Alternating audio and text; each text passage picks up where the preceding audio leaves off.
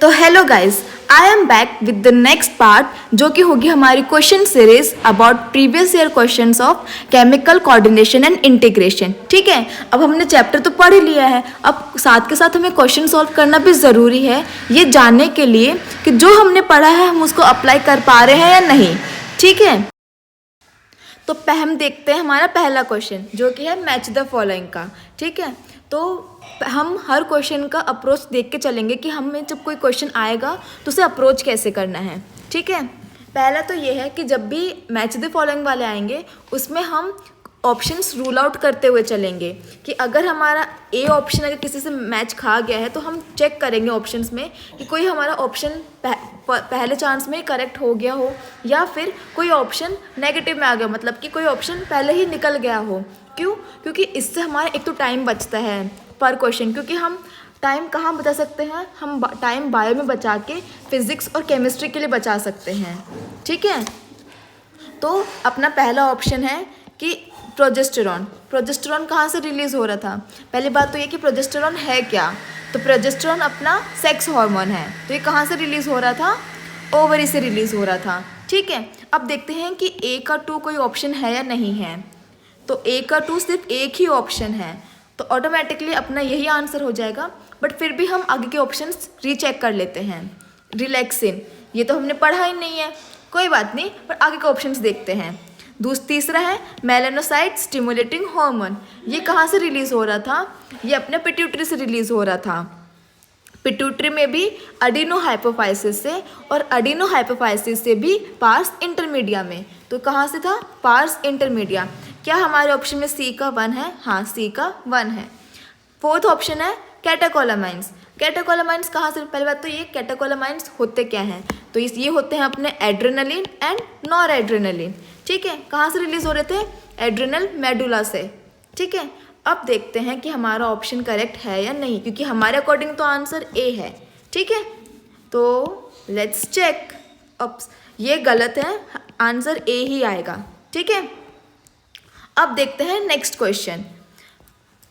Question क्या है, consider the following statements regarding function of adrenal medullary hormones. ठीक है, ये भी प्रीवियस ईयर क्वेश्चन है, आई मीन 2025 का ही क्वेश्चन है। ठीक है, तो अभी पहले हमें पता होना चाहिए कि हॉर्मोन्स होते कौन कौन से हैं एड्रेनल मेडुला के। तो एड्रेनल मेडुला के हॉर्मोन्स कौन कौन से थे अपने, एपिनेफ्रिन एंड नॉर एपिनेफ्रिन, है ना, that is adrenaline and nor adrenaline. या फिर जिन हार्मोन्स को अपन क्या बोल रहे थे, इमरजेंसी वाले हार्मोन्स या फिर स्ट्रेस हार्मोन्स या फिर फाइट और फ्लाइट वाले हार्मोन्स। ठीक है, ऐसी सिचुएशंस जिनमें या तो हमें लड़ना है या हमें भागना है। मैंने एग्जाम्पल क्या दिए थे इसमें, जब हमारे सामने अचानक से शेर आ जाए, है ना, तो हम ज़्यादा अलर्ट हो जाएंगे, हमारे कान खड़े हो जाते हैं, हमारे रोंगटे खड़े हो जाते हैं, हमें पसीना आने लगता है, हमारी रेस्पिरेटरी रेट बढ़ जाती है, हमारी हार्ट बीट बढ़ जाती है। तो ये सब वाले फंक्शंस हमें चेक करने हैं। ठीक है, तो अब देखते हैं कि कौन कौन से इसके फंक्शंस हैं और कौन कौन से नहीं हैं। ठीक है, इट कॉजेज प्यूपिलरी कॉन्स्ट्रिक्शन, तो क्या ये प्यूपिलरी कॉन्स्ट्रिक्शन कर रहा था, नहीं, ये प्यूपिलरी डायलेशन कर रहा था। ठीक है, it is a hyperglycaemic hormone, obviously हमारी बॉडी की एनर्जी रिक्वायरमेंट्स थी वो बढ़ चुकी हैं स्ट्रेस वाली कंडीशन में, तो हाइपरग्लाइसेमिया तो करवाएगा ही, तो ये करेक्ट है। इट कॉजेज पाइलो इरेक्शन, जिसको हमें रोंगटे खड़े होना बोलते हैं, तो वो भी करवाए रहे थे, तो ये भी सही है। It increases strength of heart contraction, हाँ, तभी हमें अपने दिल की धड़कनें सुनने लगती है ना, तो ये भी सही है। अब देखना कि क्वेश्चन पूछा क्या है, choose the correct answer from the options given below. तो हमें एड्रेनल मेडुला के हॉर्मोन्स ही बताने हैं।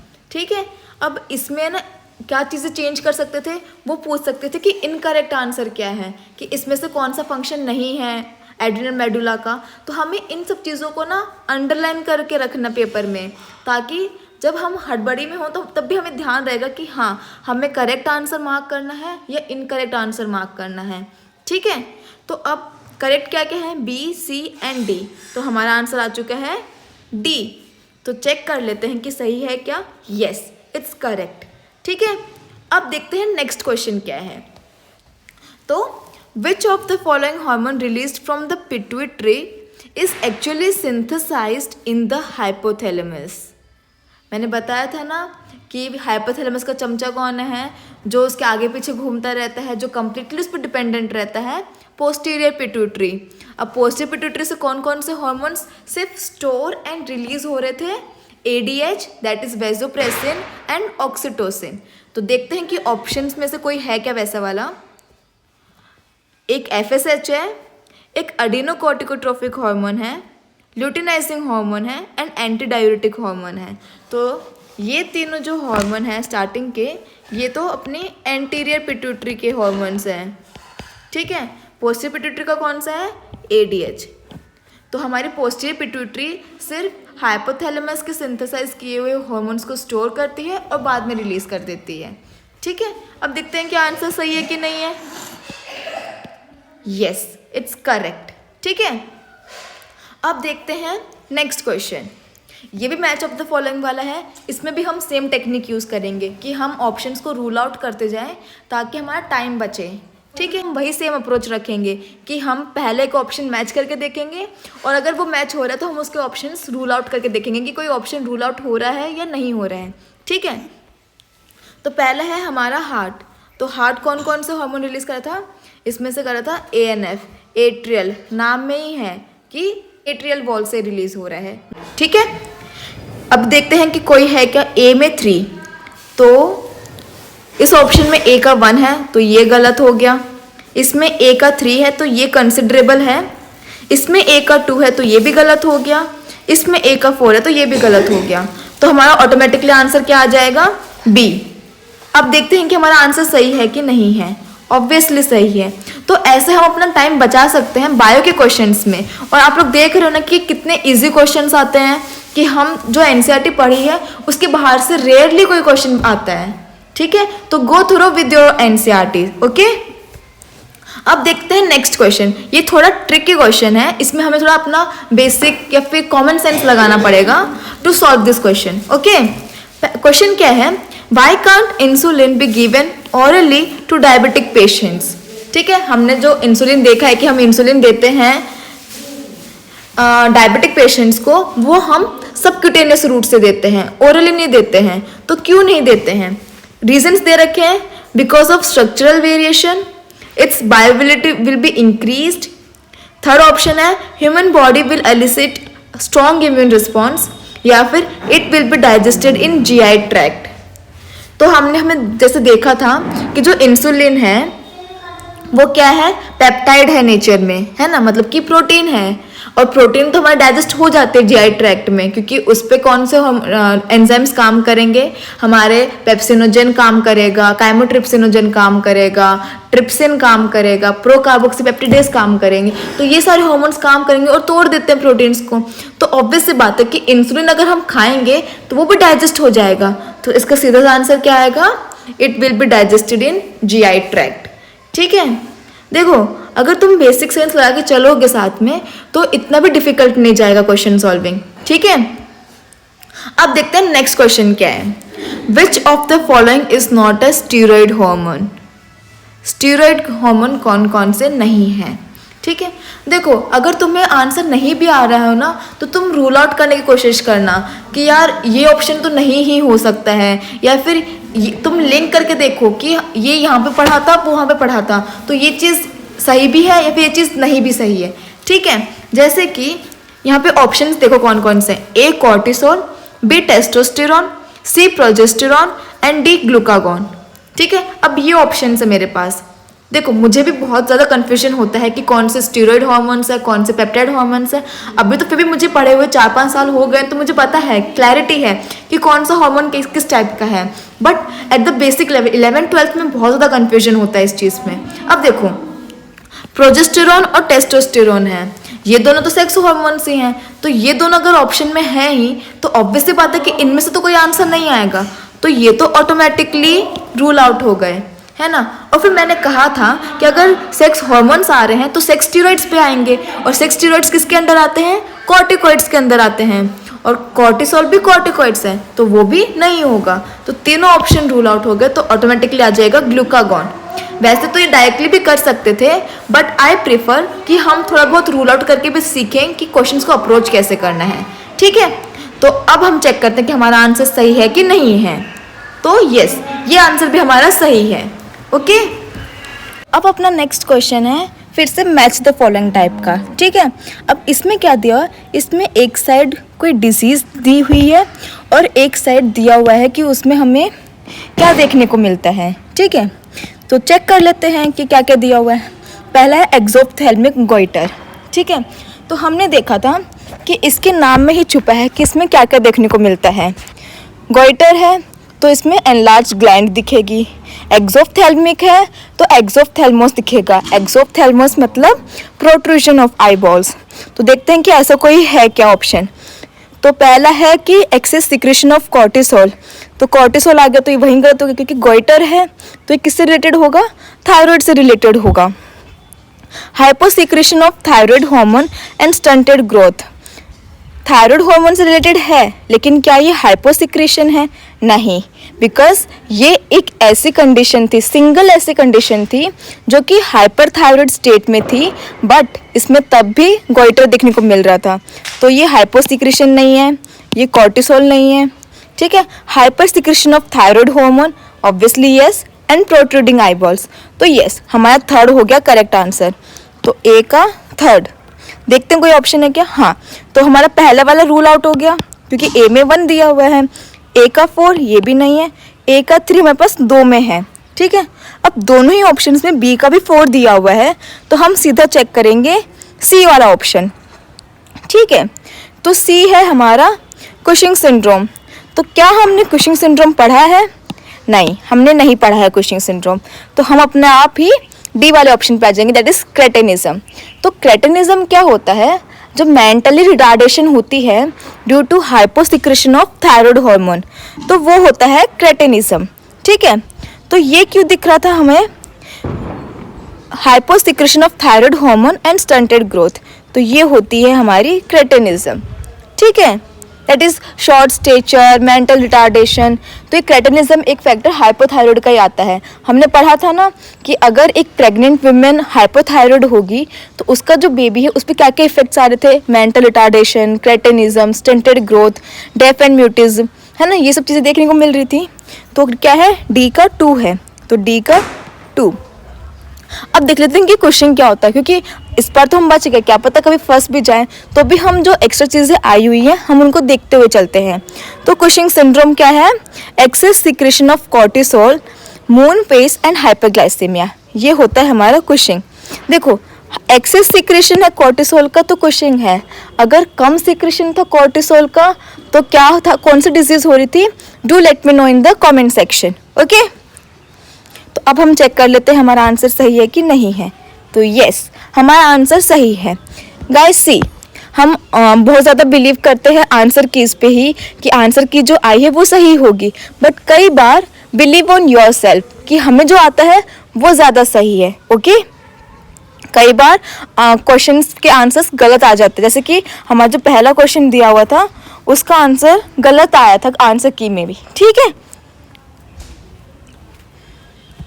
अब देखते हैं नेक्स्ट क्वेश्चन। तो given below are the 2 statements, one is labelled as assertion A and the other is labelled as reason R. Okay, तो गाइस हमारे नीट 2022 से पहले बहुत ज़्यादा असर्शन रीजन टाइप क्वेश्चंस आते थे, क्योंकि वो एम्स का पेपर अलग होता था, उसमें बहुत ज़्यादा क्वेश्चंस आते थे। बट हमारे टाइम पे असर्शन रीजन अचानक से फिर से आए थे नीट वाले पेपर में।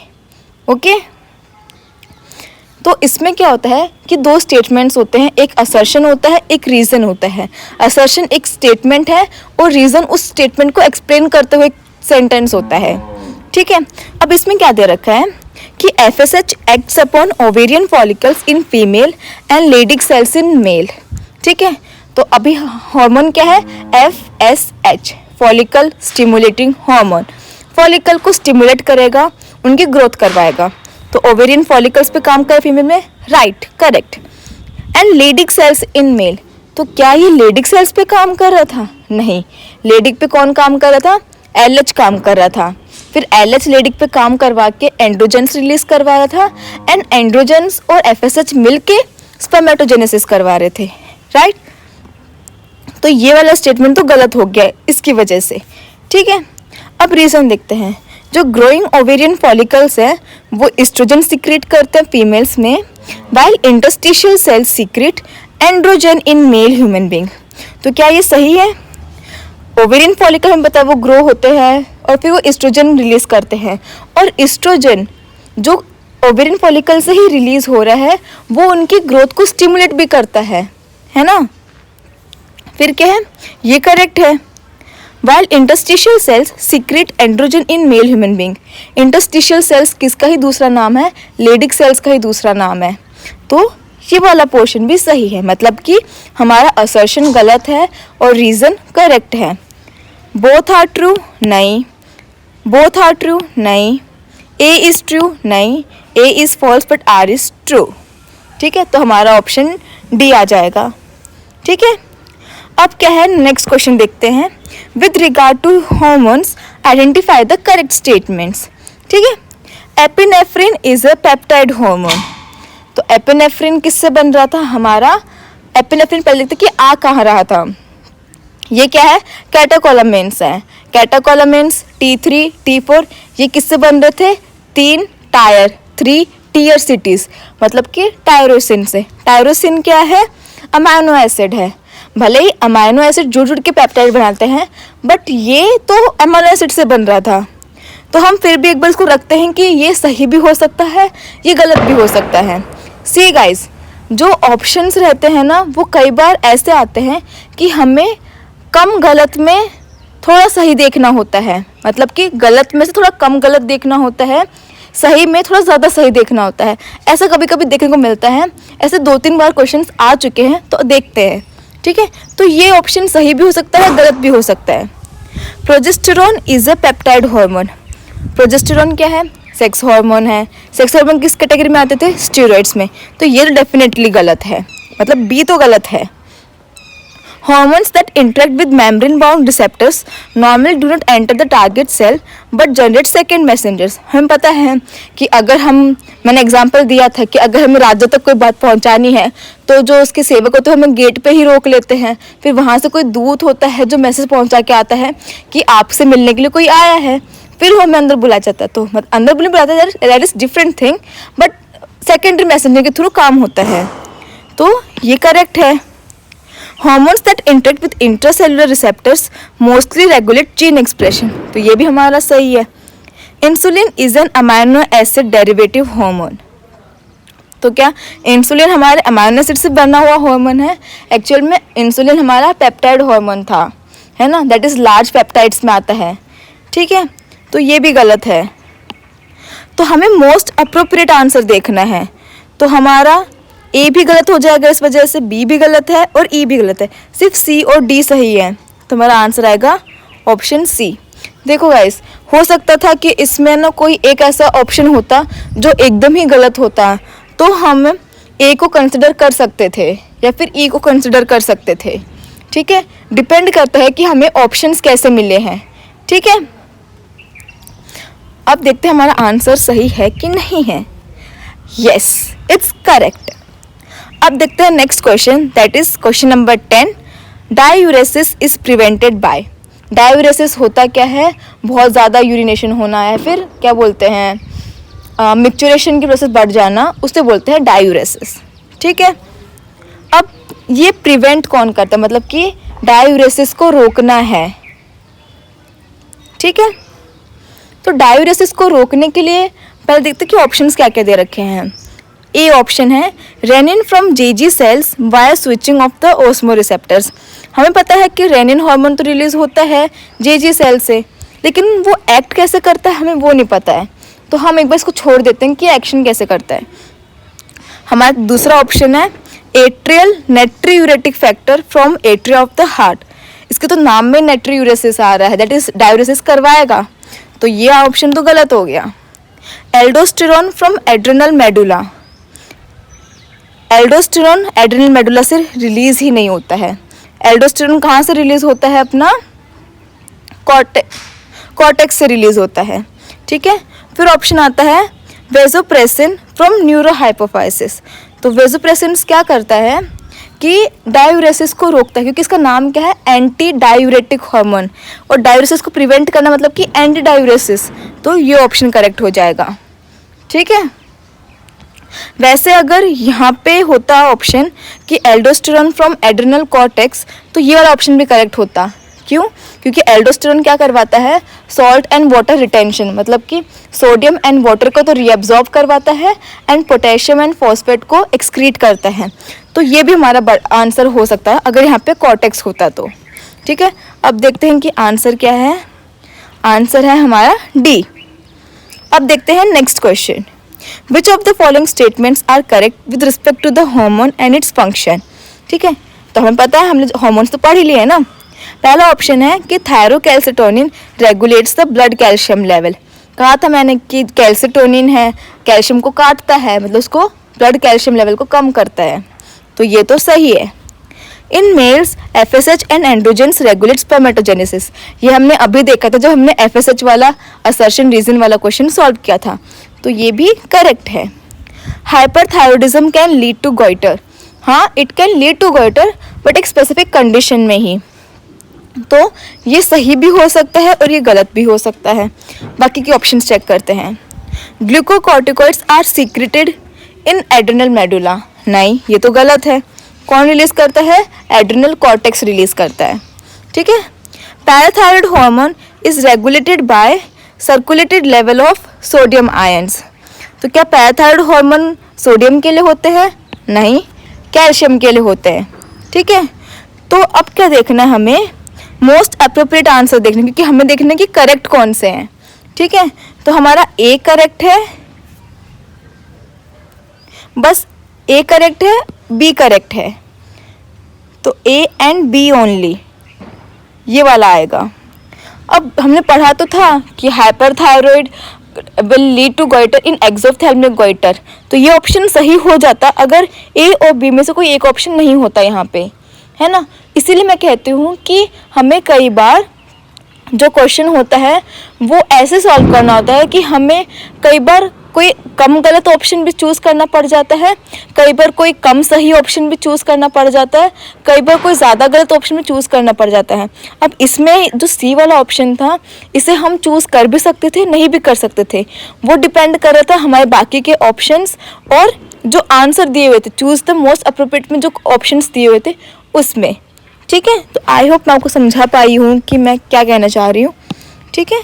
तो अब देखते हैं कि आंसर क्या है। Answer is B, okay. ये हमारा सेकेंड लास्ट क्वेश्चन है आज का, ओके। क्वेश्चन क्या है? Which of the following are not the effects of parathyroid hormone. तो पैराथायरॉयड पहले तो करता क्या है? ये हाइपर कैल्शियमिक हार्मोन है, मतलब कि कैल्शियम को बढ़ाएगा, ठीक है। Stimulates the process of bone resorption. हाँ, इससे तो बढ़ता ही है अपना कैल्शियम, बोन रिजॉर्ब होगी, कैल्शियम वहाँ से टूटता हुआ ब्लड में आ जाएगा। Decrease calcium level in blood. नहीं, पैराथायरॉयड तो कैल्शियम लेवल बढ़ाता है। Reabsorption of calcium by renal tubules. Yes. Decrease the absorption from digested food. No. Increases metabolism of carbohydrates. इसके बारे में कुछ कह नहीं सकते, मतलब कि ऑब्वियसली ये नहीं है इसका एक्शन पैराथायरॉयड का, तो ये भी नहीं आएगा। That is B, D and E, ये वाला ऑप्शन आ जाएगा अपना कि ये वाले इफेक्ट्स या फिर ये वाले फंक्शंस पैराथायरॉयड हार्मोन के नहीं हैं। तो ये भी हमारा आंसर सही है। अब आ जाता है हमारा लास्ट क्वेश्चन, ठीक है। जो erythropoietin hormone which stimulates RBC production is produced by. तो एरिथ्रोपोइटिन तो मैंने जो हमारा बेसिक्स का लेक्चर था उसमें भी बताया था, जब हमने ग्लैंड्स पढ़ी थी उसमें भी जो हमने लास्ट वाला सेक्शन देखा था उसमें भी बताया था। तो आई होप तुम्हें वैसे बिना ऑप्शन के पता होगा कि एरिथ्रोपोइटिन कहाँ से रिलीज होता है। तो this cells of bone marrow. नहीं, वी नो कि एरिथ्रोपोइटिन एरिथ्रोपोइसिस करवाता है, बट ज़रूरी नहीं कि वो बोन मैरो से ही हो, है ना, क्योंकि ट्रिकी है। क्योंकि जनरली लोग कर सकते हैं ना कि हाँ एरिथ्रोपोइटिन है, एरिथ्रोपोइसिस करवाएगा तो बोन मैरो रिलीज करेगा। नहीं, बोन मैरो नहीं रिलीज करता एरिथ्रोपोइटिन। बी ऑप्शन है juxtaglomerular cells of kidney. Yes, JG cells या फिर juxtaglomerular cells of kidney. C option क्या है? Alpha cells of pancreas, alpha cells क्या रिलीज कर रहे थे? ग्लूकागॉन। लास्ट ऑप्शन क्या है अपना? The cells of rostral adenohypophysis. Rostral adenohypophysis मतलब कि anterior most part of anterior adenohypophysis, that is anterior pituitary. तो वो अपने growth hormone, prolactin, thyroid stimulating hormone, ACTH, LH, FSH ये सब हार्मोन्स रिलीज कर रहे थे, है ना। तो हमारा आंसर क्या है? बी। ठीक है, तो अब है ना कुछ बेसिक्स याद रखना जब भी MCQ सॉल्व करो तब।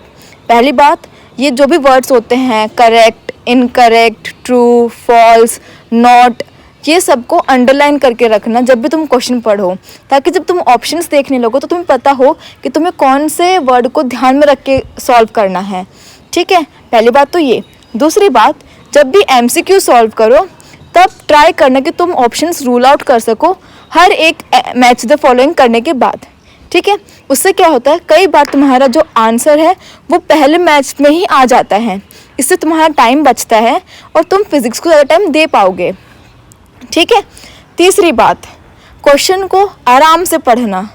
अगर क्वेश्चन पढ़ने में गलती होगी तो ऑब्वियसली बात है तुम आंसर भी गलत टिक करके आओगे, क्योंकि कई बार ऐसा होता है कि हमें सही आंसर पता होने के बाद भी हम गलत आंसर टिक कर देते हैं। ठीक है, तो यहीं पे होते हैं हमारे MCQs भी ख़त्म। अगर तुम्हें कोई डाउट हो तो do let me know in the comment section. Bye bye.